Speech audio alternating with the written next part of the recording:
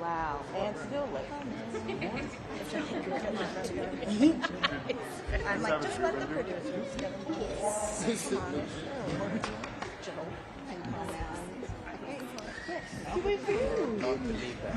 Did it. Hey. Hey, everybody. What's plans? Okay, cool. Hey, how are you? My microphone's... here we go. Hey, it's Mike Schneider from Friday. Yeah, nice to see you. Congratulations. Thank you. Second of all, it's not too late. They still haven't replaced you, so it's not too late. Right? Are you having any second thoughts? You know what? When I see everybody here in the same place, definitely. I would gladly come back and work with every single one of these people every single day of the week. So, yeah, when I see them, I would do it.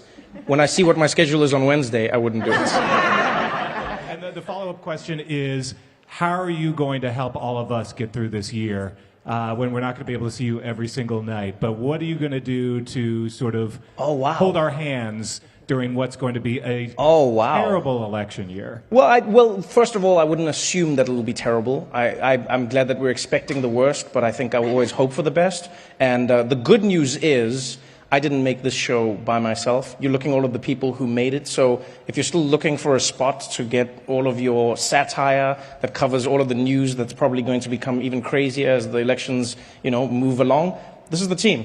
These are the people writing a bunch of those jokes, coming up with some of the craziest ideas, making the best show on television every single night, night after night. So the good news is The Daily Show is still there, and you're looking at them.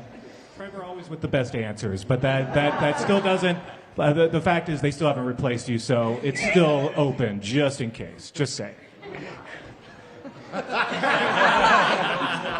No means no. We just want our dad back. Any other questions? If not, we'll take one from our virtual press room. Oh, that's great. In the back row, to the left, on the left-hand side. Back to the left. Back left. Yes.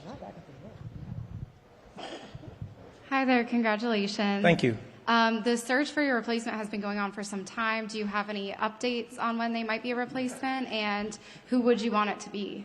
You know what? I was thinking about that the whole night coming here. I was like, this is the night where I'm going to be thinking about who the replacement is. Not about the fact that we're celebrating 7 years of working together against all odds to, craft and create one of the hardest shows on TV and try and make American politics funny when a lot of the time it is scary and more polarizing than ever.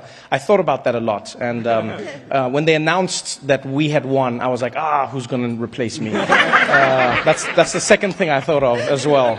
I'm still thinking about that, and I will continue to think about it as I celebrate this amazing achievement with all the people who helped make me do it.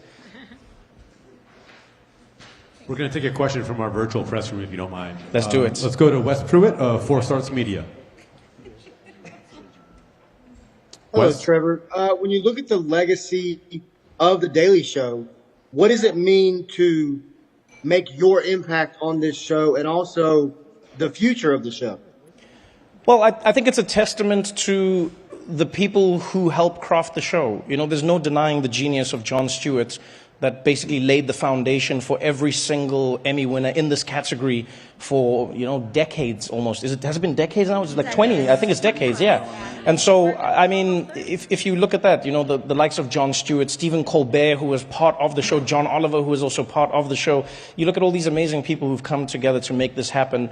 I'm honestly honored that I could be part of it because, clearly it was a winning formula and clearly, the person who was hosting the show was going to be somebody who adds their spin to it but isn't the everything. And so it's amazing that I get to be a part of this journey. It feels like being part of like a winning football team, and I mean football like soccer, where you just go like, yeah, I was part of that year, like Pele did it in the early 70s, and then it's like the next person, and then you go, well, I guess this was our year to celebrate together.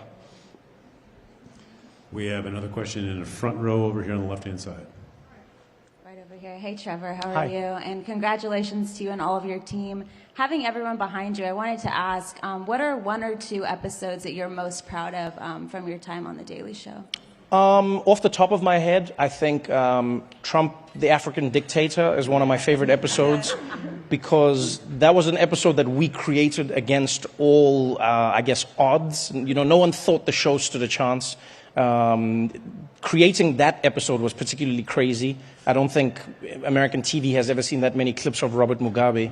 So it was pretty wild putting that together. And seeing a team of people who didn't even know me that well rally behind me and say, yeah, we'll help make this vision come to life. We'll help figure out how we can help you tell this story that seemed crazy at the time and now unfortunately has started to seem a lot more normal. So that's probably one of my favorite episodes. And then the other episodes blend together, but I would have to say every time we were on the road together, that was one of my favorite experiences. You know, we traveled from, you know, Miami to Chicago and, you know, to Detroit and all these fantastic cities around America that left an indelible impression on what show we were making in their city.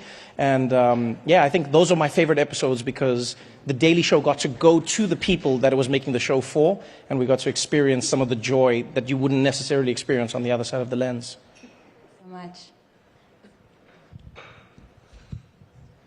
Okay, I think that should do it. Thank you so much. Congratulations. Thank you.